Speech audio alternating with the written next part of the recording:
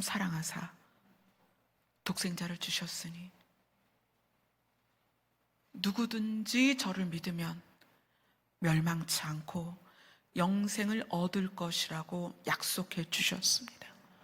오늘 그 약속이 우리 개인에게 적용되어서 담대하게 오늘도 내일도 주님 오시는 날까지 담대하게 세상에서 싸워 이기게 하여 주시옵소서.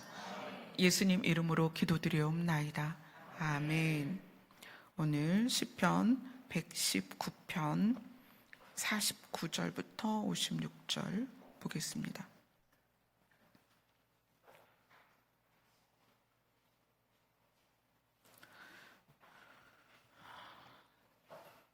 49절부터 56절 같이 읽겠습니다. 시작. 주의 종에게 하신 말씀을 기억하소서. 주께서 내게 소망을 가지게 하셨나이다. 이 말씀은 나의 고난 중에 위로라. 주의 말씀이 나를 살리셨기 때문이니이다.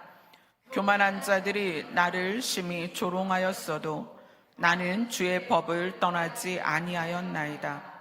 여호와여, 주의 옛 규례들을 내가 기억하고 스스로 위로하였나이다.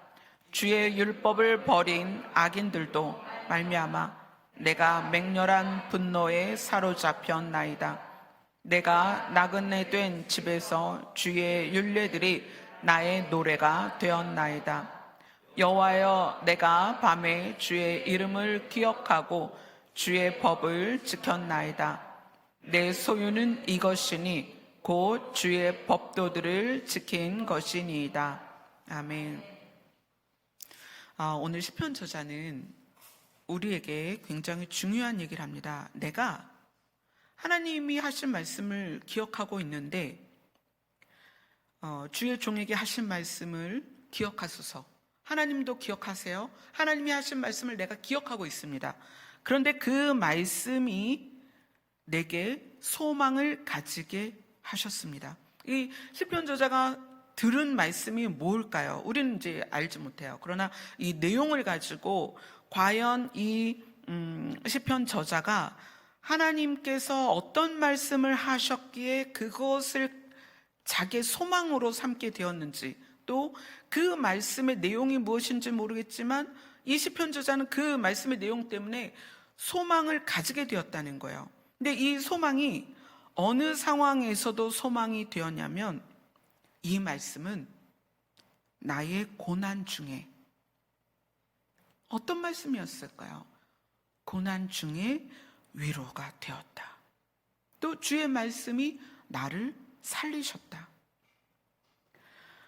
우리가 다 이제 이 성경 66권의 말씀들이 레마로 다가올 때 구리교회에 있을 때 한 권사님은 그런 말씀하셨어요.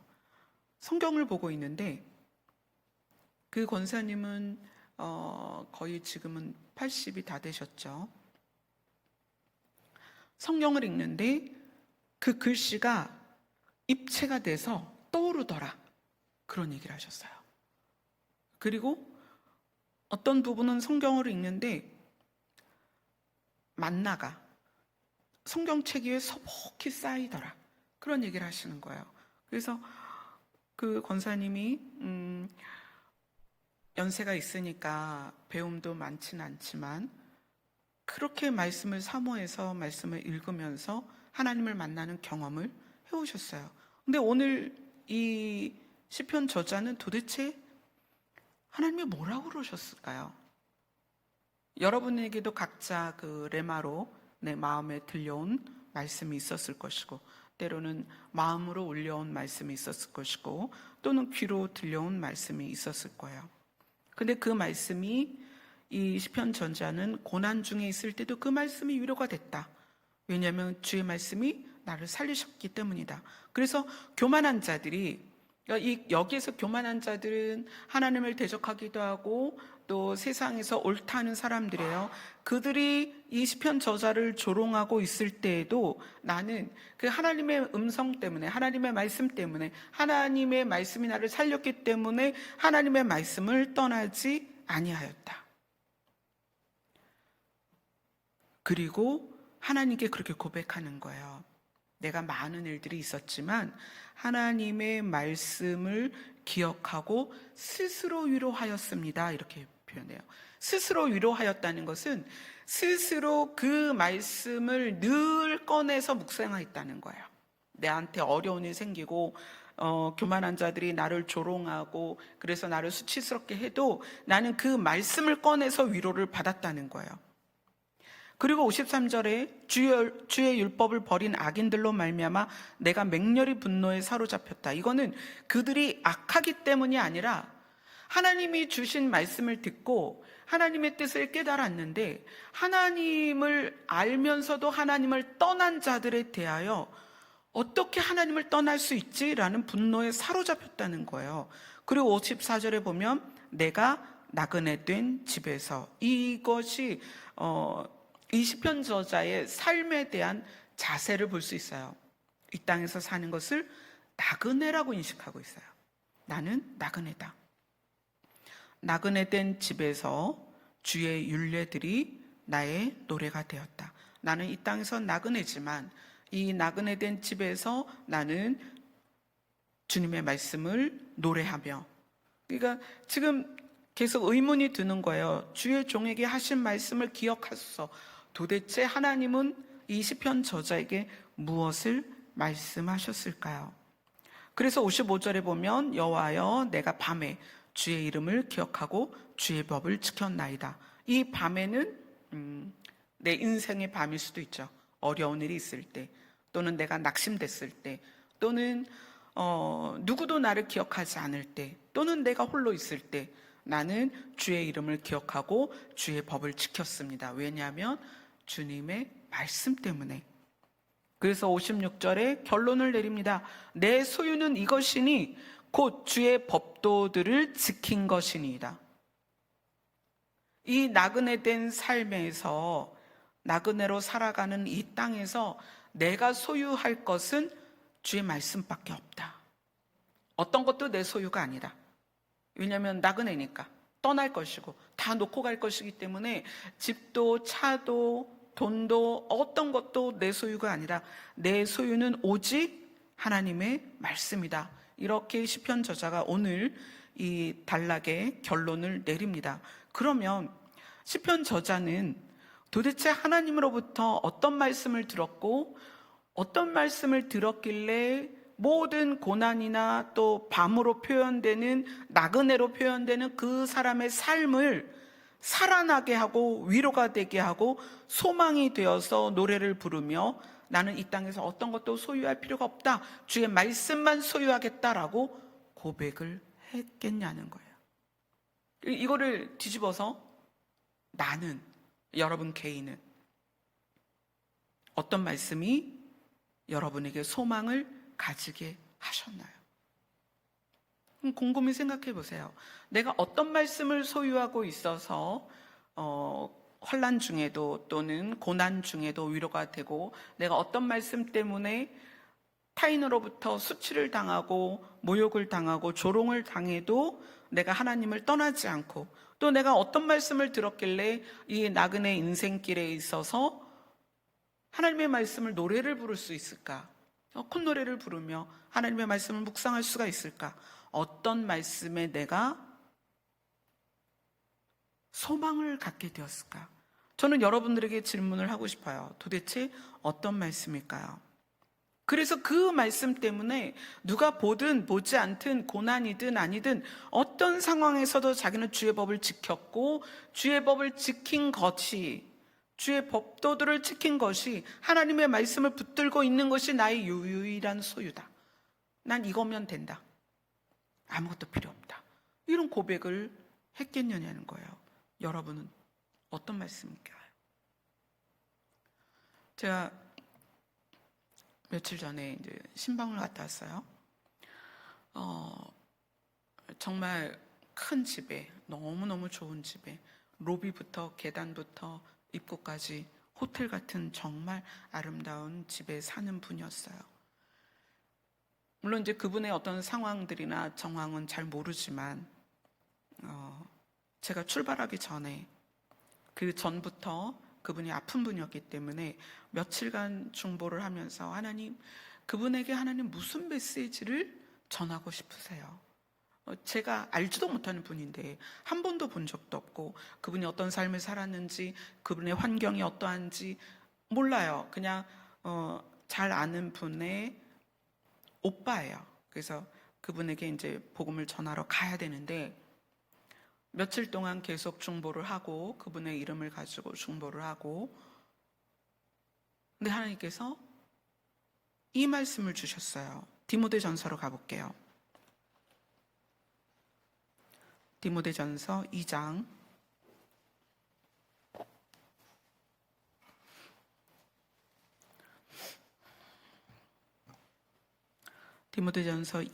4절로 5절입니다. 같이 읽겠습니다. 시작. 하나님은 모든 사람이 구원을 받으며 진리를 아는 데에 이르기를 원하시느니라. 하나님은 한 분이시요 또 하나님과 사람 사이에 중보자도 한 분이시니 곧 사람이신 그리스도 예수라. 이 본문을 주셨어요. 그래서 가서 나는 하나님이다. 나는 내가 구원받기를 원한다. 그래서 그 구원을 이루는 방법으로 내가 내 아들을 주었다. 이거를 전하라는 거예요. 그분은 교회 다니는 사람들을 굉장히 싫어했다고 얘기를 하시더라고요.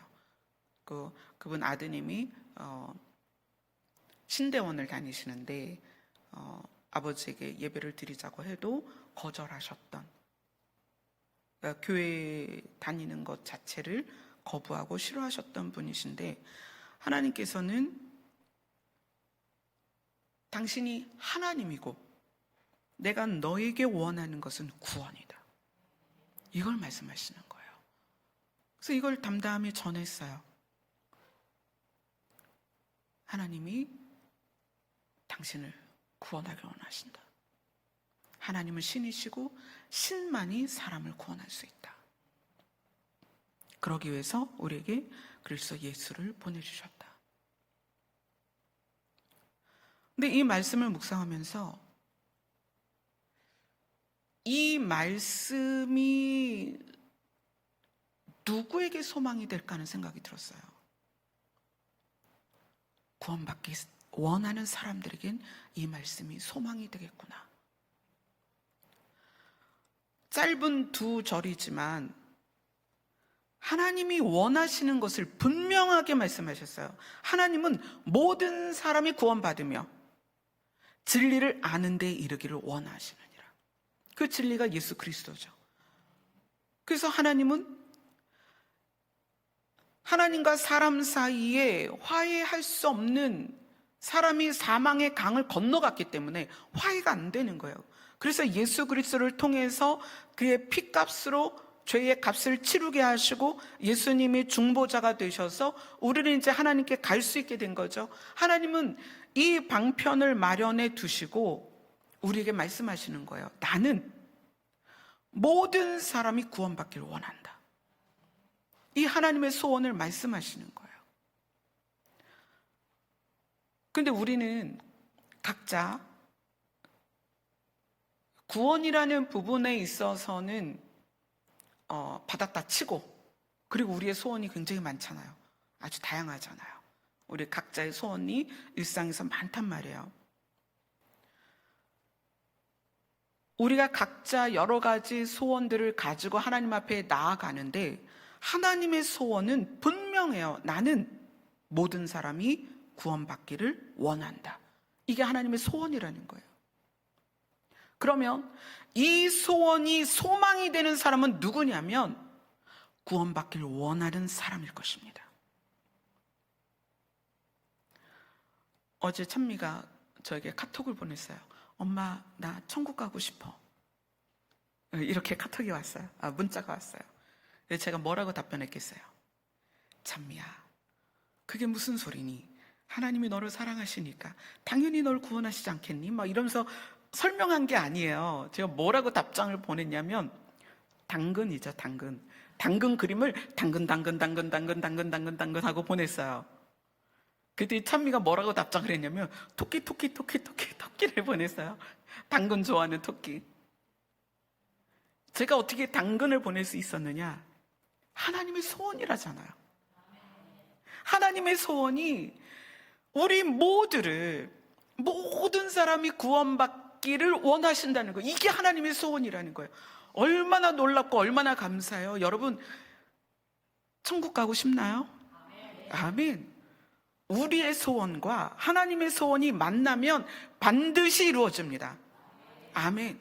자, 우리의 소원은 가끔 우리가 이 땅에서 살아가는 것에 대한 어떤 필요일 수도 있고, 건강에 또 좋아지는 것일 수도 있고, 또 뭐 관계가 회복되는 것일 수도 있어요. 이런 것들은 우리가 삶을 살아가면서 필요한 부분들이기 때문에 이런 소원들이 생길 수밖에 없죠. 그러나 근본적으로 하나님은 모든 사람이 구원받기를 원하시기 때문에 하나님의 시각에서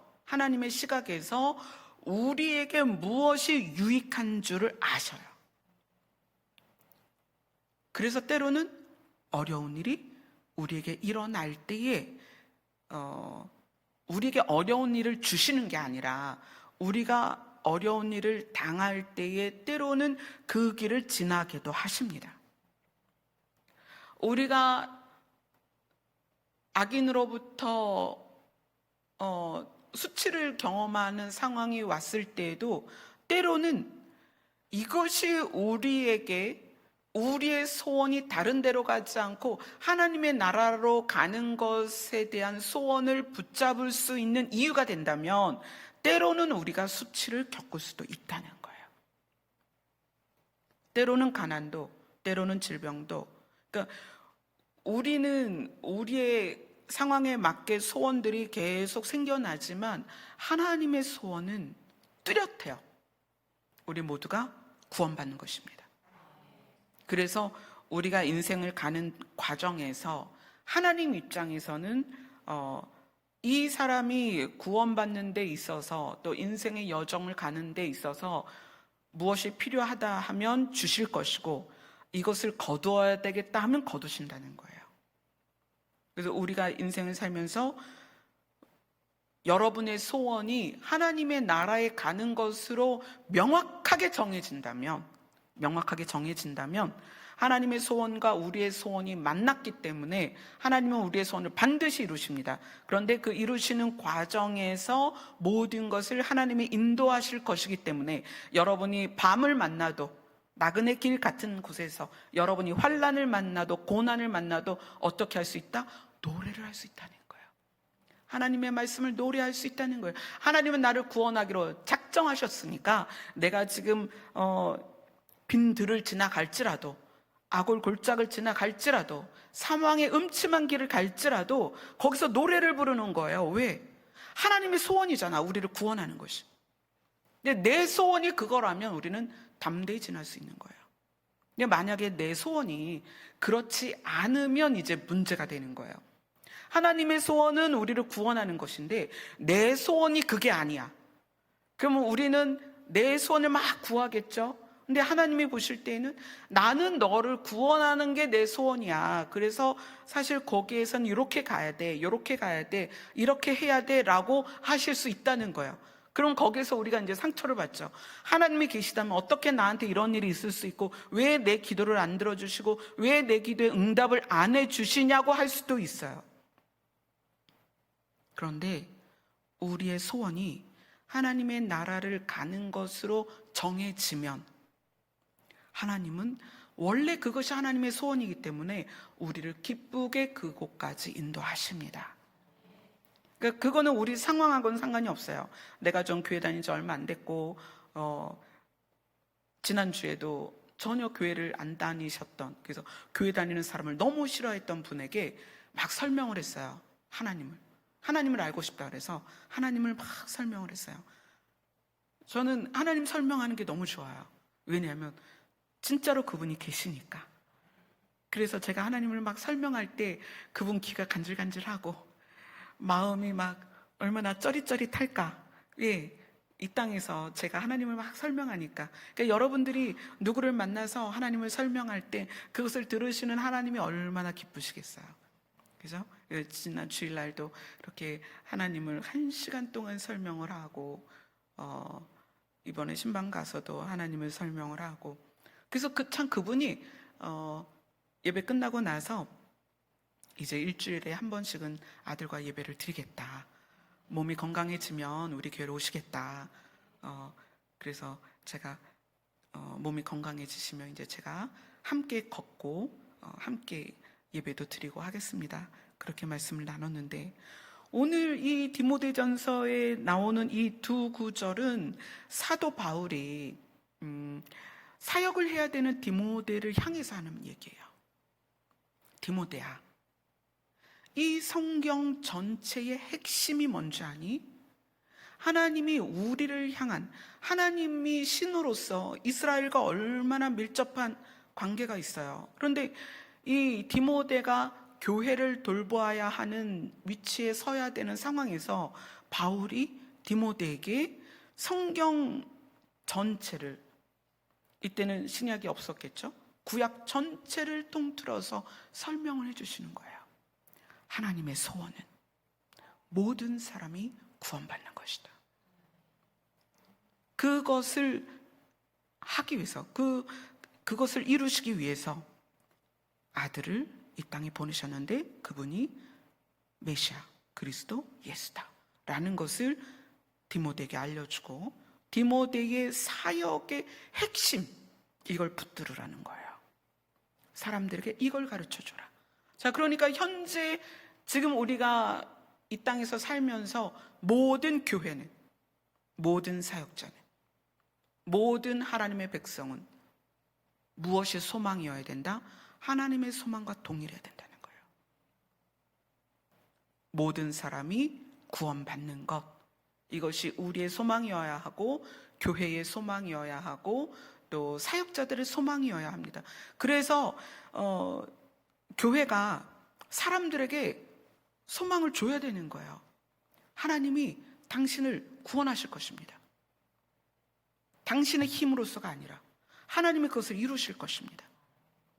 근데 이것이 자꾸 안 믿어지고 의심이 되는 분들이 되게 많아요. 물론 이제 저도 이렇게 신앙생활을 해오면서, 신앙은, 하나님을 믿는 믿음은 원래 이제 모태신앙으로 장착이 됐는데 하나님 앞에 서야 될 나에 대한 확신이 없는 거예요. 하나님이 나를 좋아하실까? 하나님이 나를 기뻐하실까? 왠지 하나님이 나를 외면하실 것 같고 하나님이 나를 싫어하실 것 같은 그런 감정이 있었다는 거예요. 근데 그게 왜 그러냐면 아담과 하와 때부터 보이는 것에 대한 직관, 보이는 것에 대한 느낌, 보이는 것에 대한 판단, 이것이 사람에게 장착이 돼 있어요. 그래서 사람이 생각하는 것이 나면서부터 어떻다? 악하다.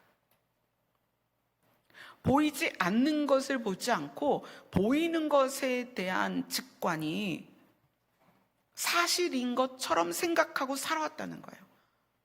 근데 그 상태에서 사람을 대할 때, 예를 들면 A라는 엄마가 있어요. B라는 자녀가 있어요. A라는 엄마가 B라는 아이를 볼 땐 모든 게 다 모질라, 모든 게 다 서툴러, 모든 게 부족해. 왜 그렇죠? 엄마의 지식과 경험이 생각의 기준이다 보니까 그 상태에서 아이들을 볼 때 만족하고 너 잘한다라고 느껴지는 부분이 몇이나 있겠어요. 그러니까 거기에 대해서 어떤 실수나 잘못이나 부족함이나 연약함에 대해서 그것을 수정하는 방법이 어땠냐면 비난하고 혼내고 호통치고 화내고 그랬단 말이에요. 그러니까 아이가 잘못한 것에 대하여 교정을 또는 훈육을 하지 말라는 얘기가 아니고요. 방법이 있는데 이건 이런 거고 이건 이런 거야 라고 설명을 해야 되는데, 우리는 본 것에 의한 느낌을 직관적으로 느낀 것을 그냥 토해냈단 말이에요. 야! 너 그렇게 해갖고 커서 뭐가 되겠니? 부터 시작해서 너 그래서 뭐 대학원 가겠냐? 네가 사회에서 어떤 일을 하겠냐? 네가 이러한 어떤 직관에 의한, 느낀 것에 의한 비난과 비판을 너무나 많이 쏟아냈단 말이에요. 근데 이게 어떤 영향이 있냐면, 이렇게 하는 엄마는 자기의 감정이 화가 나거나 또는 좋거나가 상대에 기인한다고 생각해요. 잘 들어보세요. 자, 아이가 100점 맞았어요. 너무 잘했어. 너무 기쁘다. 우리 오늘 뭐 떡볶이 시켜 먹자, 피자 시켜 먹자 그랬어. 근데 그 아이가 그 다음번 시험에 40점 맞았어. 그럼 이제 엄마가 화가 나잖아요. 너 도대체, 너 이리 와봐. 너 어떻게 한 거야? 공부를 어떻게 한 거야? 자, 이것이 우리가 생각할 때는 전혀 문제가 없는 엄마의 모습이라고 생각될 거예요. 당연히 그렇겠죠. 이 아이가 엄마가 말한 심부름을 잘했어. 그럼 막 칭찬해 주죠. 근데 얘가 학교 갔다 오더니 신발 주머니랑 신발 실내를 다 잊어버렸어. 그 잃어버린 것에 대해서 엄마는, 야, 너 한 달 전에도 잃어버렸는데 또 잃어버렸니? 넌 도대체 정신을 어디다 두고 다니는 거야? 너 정신이 학교 운동장에 있나 보다. 이래가면서 막 애를 혼내요. 이게 당연한 것 같죠? 우린 그렇게 살아왔습니다. 잘한 것에 칭찬하고 잘못한 것에 혼내고 소리 지르고 윽박 지르고 잔소리하고, 이게 우리는 당연한 반응, 상대에 대한 당연한 반응이라고 생각했어요. 근데 이 반응을 계속 지속하면 어떻게 되냐면, 이렇게 하는 엄마는 내가 기분이 좋은 거는 너가 잘해서 기분이 좋은 거야. 그러니까 뭘 요구하겠어요? 계속 잘해. 근데 내가 지금 화가 났어. 너 때문이야. 네가 잘못해서 내가 화가 난 거야. 이것이 강화되기 시작해요. 우리 그렇게 해서 나이가 듭니다. 강화돼요. 근데 이 강화가 믿음 안으로 들어오면 어떻게 되냐면, 내가 느낀 직관이 어떠하냐에 따라서 이게 기분이 나쁘면 상대가 잘못이라고 생각해요. 이게 굉장히 여러분이 깊이 생각을 해야 될 부분이에요. 그러니까 내가 기분이 나쁘다는 것이 상대에 의해서 내가 기분이 나빠졌기 때문에 상대가 잘해야 돼, 상대의 문제야. 이게 나이가 들수록 강화됩니다, 여러분. 이 부분 정말 잘 생각하셔야 돼요. 그러면 어떻게 해야 되느냐? 우리가 계속 이제 우리가 빛의 자녀다, 또 마음에 대해서, 성품에 대해서 계속 다루고 있잖아요. 하나님의 영이 가득한 사람은 온유하고 부드럽고 따뜻한 상태를 유지하고 있어요. 이게 기름 부음이 충만한 사람의 모습입니다. 그래서 이렇게 하나님의 영이 가득 채워져 있어서 따뜻한 온도가 유지가 되고 부드럽고 온유한 상태일 때에 상대가 뭔가 잘못했어. 그러면 그때에는 어떻게 다가가냐면, 그 잘못에 대하여 지적하고 혼내고 화내고 짜증내고 분노하는 것이 아니라, 그렇게 될 수밖에 없었던 이유와 상황과 이런 것을 다루기 시작하는 거예요. 이것에 대해서 만져주기 시작하는 거예요. 그리고 이것을 함께 이겨나갈 수 있도록 도와주는 거예요. 우리는 이미 그러한 보고 느낀 것에 대하여 반응하는 것에 익숙해 있기 때문에 이것을 문제라고 생각을 안 한단 말이에요. 그러니까 계속 이게 굳어져서 내가 느낄 때 기분이 나쁘면 너 나쁜 놈이야, 네가 잘못했어, 너 때문이야, 이렇게 되는 거고, 상대 때문에 내가 기분이 좋으면 이 사람이 잘한 거예요. 그래서 내가 기분 나쁜 것을 바꾸는 것이 상대가 잘해야 되는 거야. 이렇게 되는 거예요. 그러면 우리 마음이 계속 강팍해지고요, 우리 마음이 계속 메말라가고요, 우리의 마음이 계속 날카로워져요. 그래서 사람을 향해서 지적하고 혼내고 예민해져서 뭐가 발달이 돼요? 촉이 발달돼요. 계속 느낌이 발달이 된단 말이에요. 이게 반대로 그런 엄마와 같이 산 아이는 어떻게 될까요? 내가 잘못해서 엄마가 화가 나고 짜증나고 기분 나쁘고 막 그런단 말이에요. 비난을 받고. 그러니까 이 아이는 이것이 옳으냐 틀리냐 또는 어떤 다양성, 모든 거엔 다양성이 있습니다. 그 다양성에 대하여 내가 무엇을 선택할까가 아니고 엄마를 어떻게 하면 화나지 않게 할까, 이렇게 돼요. 그러니까 옳고 그름이 없고 엄마가 화나지 않게 또는 아빠가 화나지 않게. 목회자가 이런 성격이면 목회자가 강단에서 막 얘기를 합니다. 어느 집사님, 무슨 권사님, 왜 그렇게 했냐, 이렇게 했냐, 뭐 헌금을 어쩌고 저쩌고, 봉사를 어쩌고 저쩌고 막 그러면요, 성도님들이 말씀을 가지고 내가 하나님 앞에 어떻게 사느냐로 고민하는 게 아니라 어떻게 목사님이 화나지 않게 할까. 그러니까 목사님 화나면 성도가 다 뭔가 잘못한 거야. 그래서 그렇게 자기가 느낀 것에 대하여 그대로 감정을 토해놓는 부모에게서 자란 아이들은 대부분 이제 선택 장애가 와요. 내가 원하는 것이나 옳은 것이나 기준과 선택하는 힘이 없단 말이에요. 그러니까 얌전하고 착하고 그런 부모에게 순종하는 모습으로 성장하죠. 그 대신 마음에 힘이 없단 말이에요. 아니면 정반대로 쾅 튀고 나가죠. 근데 쾅 튀고 나가서 어떻게 하냐면 본인도 그렇게 똑같이 살아요. 잘못한 사람한테 막 비난하고 정죄하고 비판하고 화내고 짜증내고 내가 기분 나쁜 건 너 때문이야, 이렇게 된단 말이에요. 사실 가만히 생각해 보면 하나님의 영이 우리 안에 가득 부어져 있어서 내 마음의 온도가 따뜻하고 내가 온유하고 부드럽고 그 하나님으로부터 출발된 선함이 내 안에 있다면 내가 웬만한 상황이 아니면 흔들리지 않는다는 거예요. 감정의 동요가 없다는 거예요. 그래서 상대가 뭘 실수를 하거나 잘못하거나 뭔가 어떤 일에 놓쳐서 빼먹거나 그래도 그거에 대해서 그 문제를 다루지 감정이 나오진 않는다는 거예요. 감정적이라는 건 뭐냐면 내 안에 내가 나를 이끌어가는 힘이 감정이라는 거예요. 하나님의 영이 내 안에 가득 있으면 온유함과 부드러움과 따뜻함으로 상황을, 사건을 보게 된다는 거예요. 사람도 그렇게 대한다는 거예요. 제가 이 말씀을 왜 드리냐면 하나님의 소원이 우리를 살리는 것이라는 것을 명확하게 알면, 특히 하나님은 모든 사람이 구원을 받기를 원하신다는 거예요. 모든 사람이 진리를 아는 데 이르기를 원하신다는 거예요. 진리는 예수 그리스도입니다.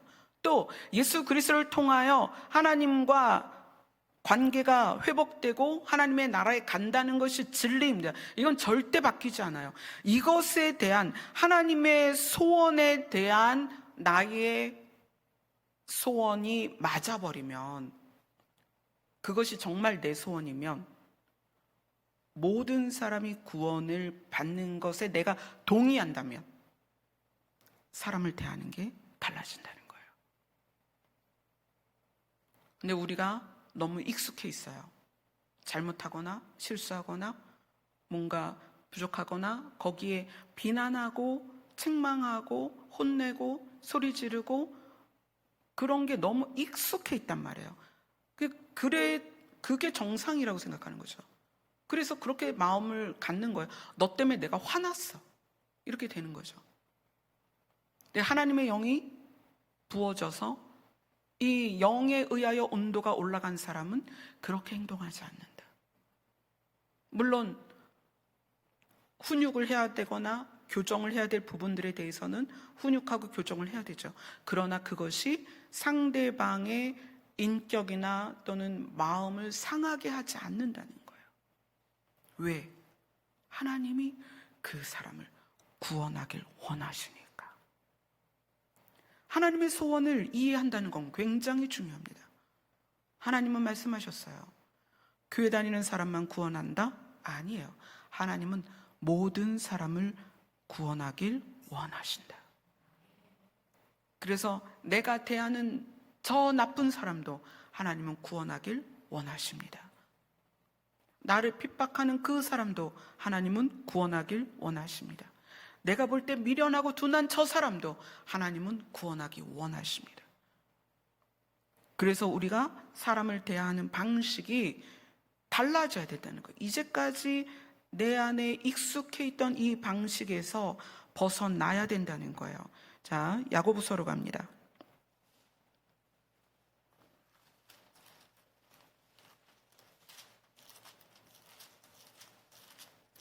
야고보서 1장 17절 18절, 우리 지난주 본문이었죠. 같이 읽겠습니다. 시작. 온갖 좋은 은사와 온전한 선물이 다 위로부터 빛들의 아버지께로부터 내려오나니 그는 변함도 없으시고 회전하는 그림자도 없으시니라. 그가 그 피조물 중에 우리로 한 첫 열매가 되게 하시려고 자기의 뜻을 따라 진리의 말씀으로 우리를 낳으셨느니라. 자기의 뜻을 따라 뭐죠? 모두를 구원하기를 원하셨다는 거예요. 그래서 예수 그리스도를 이 땅에 보내셨고 그 예수 그리스도가 사망을 이기고 부활하시고 승천하셨습니다. 근데 여기에서 우리로 한 첫 열매가 되게 하시려고 이렇게 표현이 됐는데, 하나님이 그가 그 피조물 중에 하나님이 만드신 모든 피조물 중에서 특별히 우리를 한 첫 열매가 되게 하시려고. 이거는 다른 번역으로 보면은 첫 열매 종류가 되게 하시려고, 이런 뜻이에요. 첫 열매 종류가 되게 하시려고. 그러면 예수 그리스도가 우리의 첫 열매이십니다. 그럼 첫 열매 종류가 되게 하겠다는 것은 무슨 얘기냐면, 예수님이 하신 대로 사망을 이기고 부활하고 승천하신 그 모습대로 우리를 똑같이 하게 하신다는 거예요.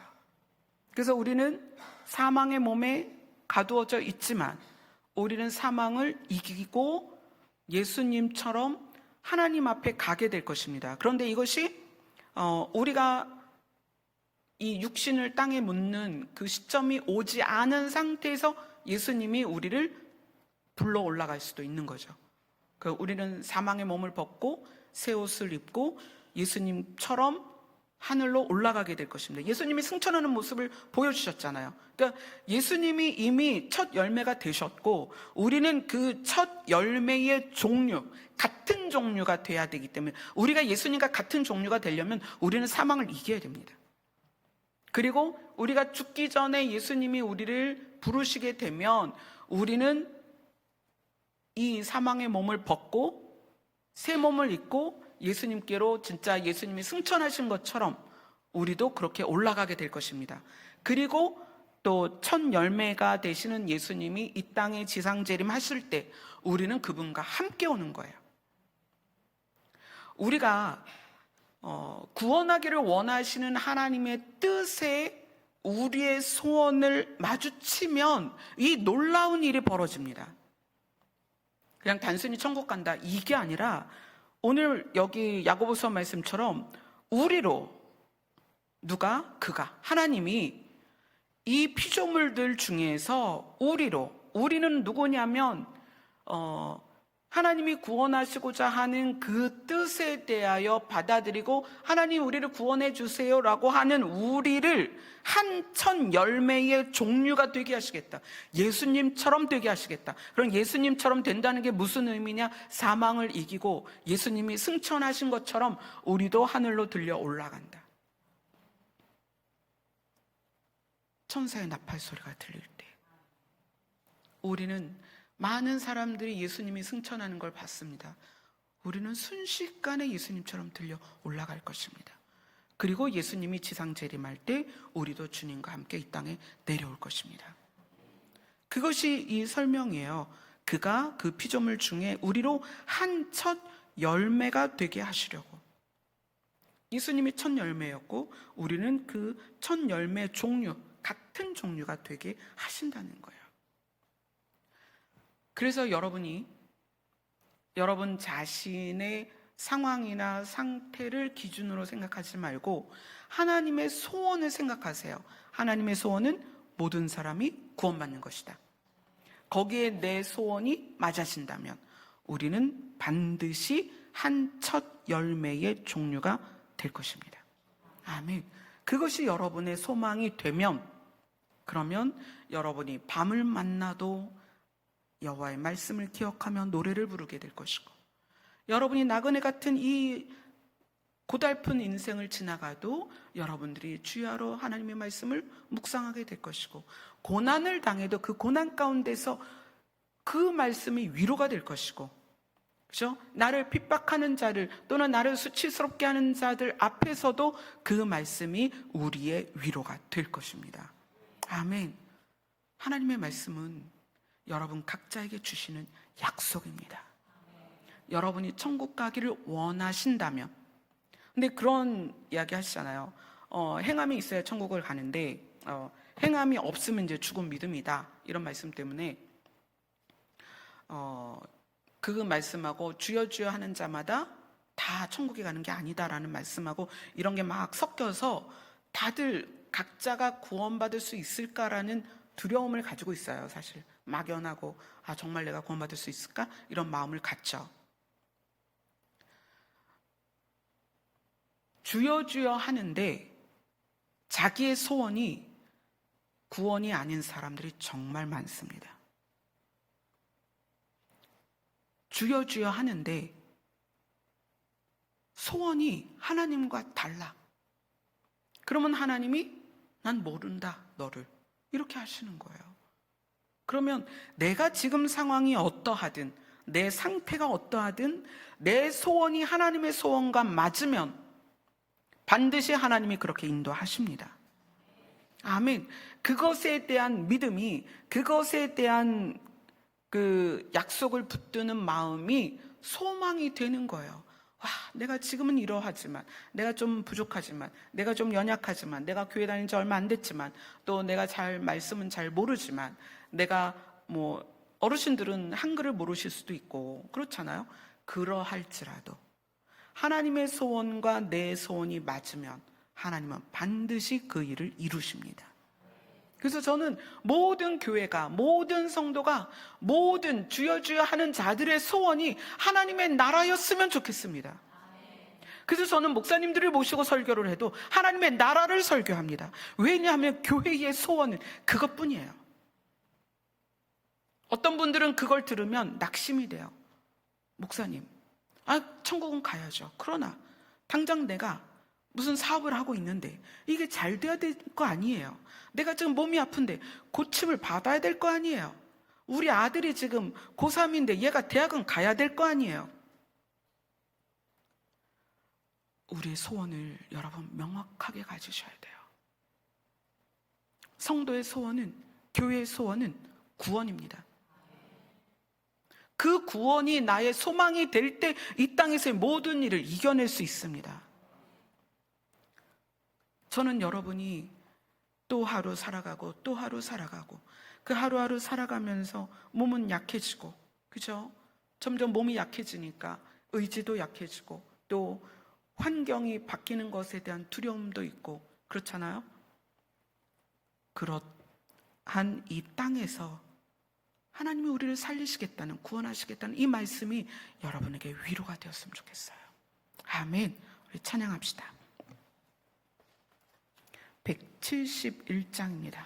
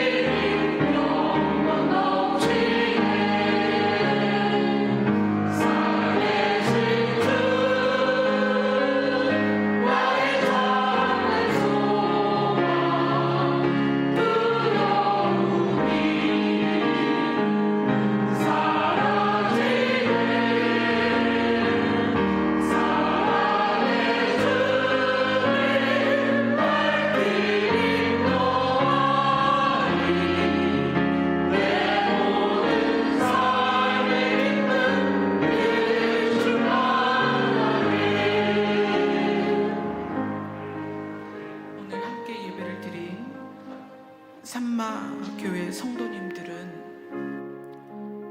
각자의 이유 때문에 가정에서, 일터에서 그렇게 예배를 드리고 있습니다. 그리고 그분들이 울면서 그렇게 얘기를 해요. 제가 이렇게 해도 하나님께서 나를 데려가실까요? 내가 지금 이런 이유로 저런 이유로 교회를 갈 수가 없는데, 그런데 하나님께서 나를 데려가실까요? 내가 잘못 가고 있는 게 아닐까요? 우리가 어디에서 예배를 드리든 그게 피치 못할 상황이라며 하나님의 소원이 내 안에 들어왔을 때